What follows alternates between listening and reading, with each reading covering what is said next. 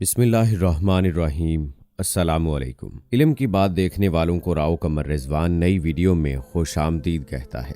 दोस्तों, मौत जिसे हर इंसान, चाहे वो जिस फिरके से ताल्लुक़ रखता है, चाहे वो जिस मजहब से ताल्लुक़ रखता है, जानता है कि वो जितना भी इस दुनिया में जी ले, जहाँ भी जाए, लेकिन उसने मौत का जायका तो लाजमी चखना है। और रूह परवाज करने का वक्त बड़ा हैबतनाक होता है। कहा गया है कि गुनाहगार की रूह जिस्म से ऐसे निकलती है जैसे मखमल का कपड़ा झाड़ियों पर डालकर फिर जोर से खींचा जाए, जबकि मोमिन की मौत गोया आटे से बाल निकालने के मुतरादिफ है। वो लम्हा जब रूह जिस्म से निकल रही होती है, उस लम्हे को आलमे सकरात कहते हैं, जो बड़ा ही करबनाक मंजर होता है। इसके बाद जो आलम शुरू होता है उसे आलमे बरज़ख कहते हैं, यानी कब्र। दोस्तों, हमारी आज की वीडियो का मौजू है कि मरने वाला कैसे तस्दीक करता है कि वो मर चुका है। सबसे पहले इंसान की रूह पांव से निकलना शुरू होती है और आखिर में सर से निकलती है।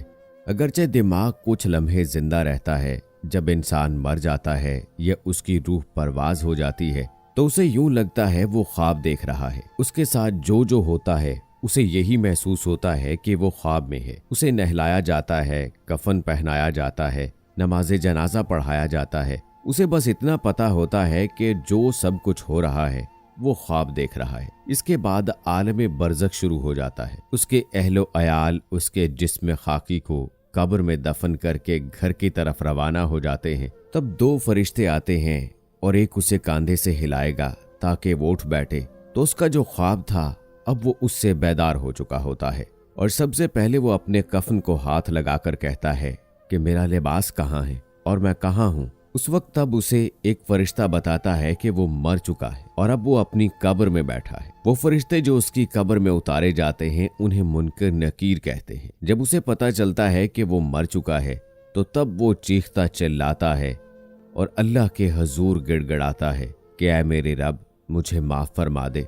मैं आपकी रहमत और फजल के इंतजार में बैठा हूँ। तेरे सिवा मेरा कोई नहीं है, मेरी मदद फरमा। ये वो आलम होता है जब इंसान के पास कुछ नहीं होता सिवाय सलामती वाले दिल और नेक अमाल के, जो वो दुनिया में करके आ चुका होता है। हाल बत्ता सदका जारिया जो वो अपनी जिंदगी में करता है उसका सवाब उसे मिलता रहता है। सदका जारिया जैसा कि मस्जिद बनाना, दरख्त लगाना या फिर नेक औलाद भी सदका जारिया है। हो सकता है यही सदका जारिया उसकी बख्शिश का जरिया भी हो। और ये वो वक्त होता है जब तौबा के दरवाजे बंद हो चुके होते हैं। दुनिया में मरते दम तक इंसान को मोहलत होती है कि वो अपने आमाल पर नादिम होकर खुदा के हुजूर तौबा कर ले, लेकिन जब मौत आ जाए उस पर तब ये दरवाजे बंद कर दिए जाते हैं। इसलिए अभी भी वक्त है तौबा कर ली जाए, क्योंकि जब तौबा के दरवाजे बंद हो जाएंगे फिर हमारी चीखो पुकार किसी काम की नहीं। दोस्तों, अल्लाह ताला से दुआ है कि अल्लाह हमको अज़ाब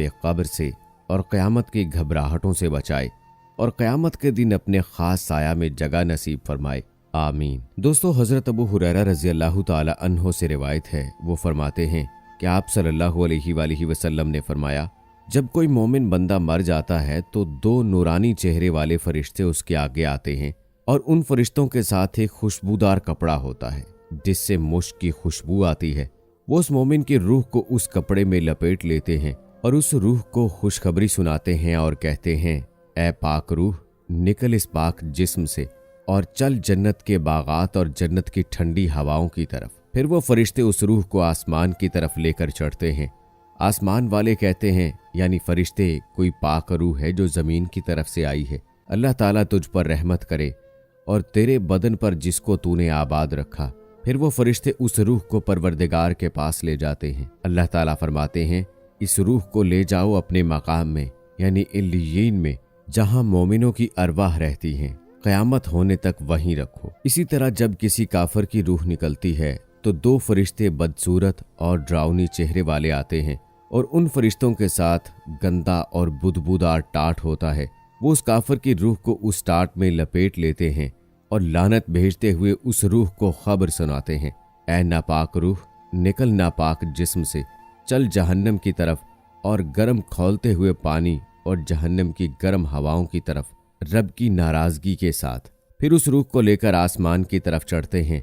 आसमान वाले फरिश्ते कहते हैं, कोई नापाक रूह जो जमीन की तरफ से आई है फिर हुक्म होता है इसको ले जाओ इसके मकाम में यानी सिज्जीन में, जहां काफिरों की रूहें रहती हैं क़यामत कायम होने तक। हजरत अबू हुरैरा रज़ियल्लाहु ताला अन्हु ने कहा कि आप सल्लल्लाहु अलैहि वसल्लम ने एक बारीक कपड़ा जो आप ओढ़े हुए थे अपनी नाक पर डाला जब काफिर की रूह का जिक्र किया, उसकी बुदबू बयान करने के लिए। हजरत अब्दुल्ला बिन उमर रज़ियल्लाहु ताला अन्हु से रिवायत है कि आप सल्लल्लाहु अलैहि वसल्लम ने फरमाया, तुम में से जब कोई मर जाता है तो हर सुबह और शाम उसे उसका ठिकाना दिखाया जाता है।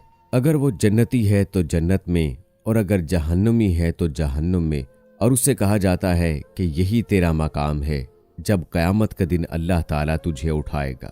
हजरत उस्मान बिन अफ़्फ़ान रज़ियल्लाहु ताला अन्हु जब भी कब्र देखते थे तो रोते थे। लोगों ने पूछा कि क्या बात है, जब आपके सामने जन्नत और जहन्नम का जिक्र होता है तो इतना नहीं रोते जितना कब्र का जिक्र होता है तो रोते हैं। हजरत उस्मान बिन अफ़्फ़ान रज़ियल्लाहु ताला अन्हु ने कहा कि मैंने आप सल्लल्लाहु अलैहि वसल्लम से ये फरमाते सुना कि कब्र पहली मंजिल है, अगर इसमें कामयाब हुए तो आने वाले मरहले में भी कामयाबी होगी, और अगर इसमें कामयाबी और नजात नहीं मिली तो फिर आने वाला मरहला और भी मुश्किल होगा। और मैंने आप सल्लल्लाहु अलैहि वसल्लम से ये फरमाते हुए भी सुना है कि मैंने अपनी जिंदगी में कब्र से ज्यादा खौफनाक मंजर वाली चीज नहीं देखी। अबू हुरैरा रज़ियल्लाहु ताला अन्हु से रिवायत है, वो फरमाते हैं कि रसूलुल्लाह सल्लल्लाहु अलैहि वसल्लम अक्सर ये दुआ किया करते थे, ऐ अल्लाह, मैं अज़ाब कब्र, अज़ाब जहन्नुम, जिंदगी और मौत की खराबी और मसीह दज्जाल के फितने से तेरी पनाह चाहता हूँ। दोस्तों, हम बहुत जल्द उस जगह जाने वाले हैं। इस जिंदगी के ऐशो आराम को छोड़कर कब्र के गड्ढे में उतरने वाले हैं। हर एक को जाना है, अगरचे वो चाहे या ना चाहे। अब हम खुद ही अपना मुहासबा करें कि हम उस जगह के लिए कितनी तैयारी कर रहे हैं और इस चंद दिन की जिंदगी के लिए क्या क्या आरजुएं किए हुए हैं। इसलिए दोस्तों, अभी भी वक्त है कि संभल जाएं और ऐसी खताएं, ऐसी गलतियां, ऐसी लग्ज़िशें जो हमसे सरजद हो रही हैं उनसे तौबा ताइब हो जाएं।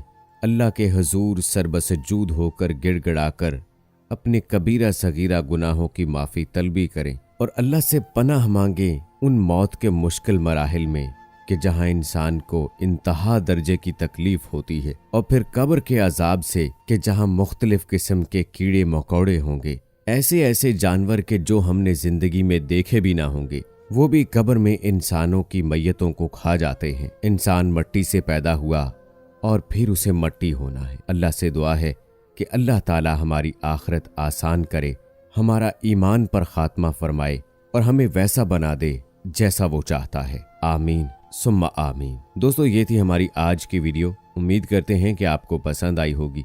इस वीडियो की पसंदीदगी के इजहार के लिए इस वीडियो को लाइक करें, शेयर करें अपने दोस्तों के साथ और कमेंट बॉक्स में अपनी राय का इजहार लाजमी कीजिएगा। मिलते हैं अगली वीडियो में, तब तक के लिए मुझे इजाज़त दें। अल्लाह हाफिज।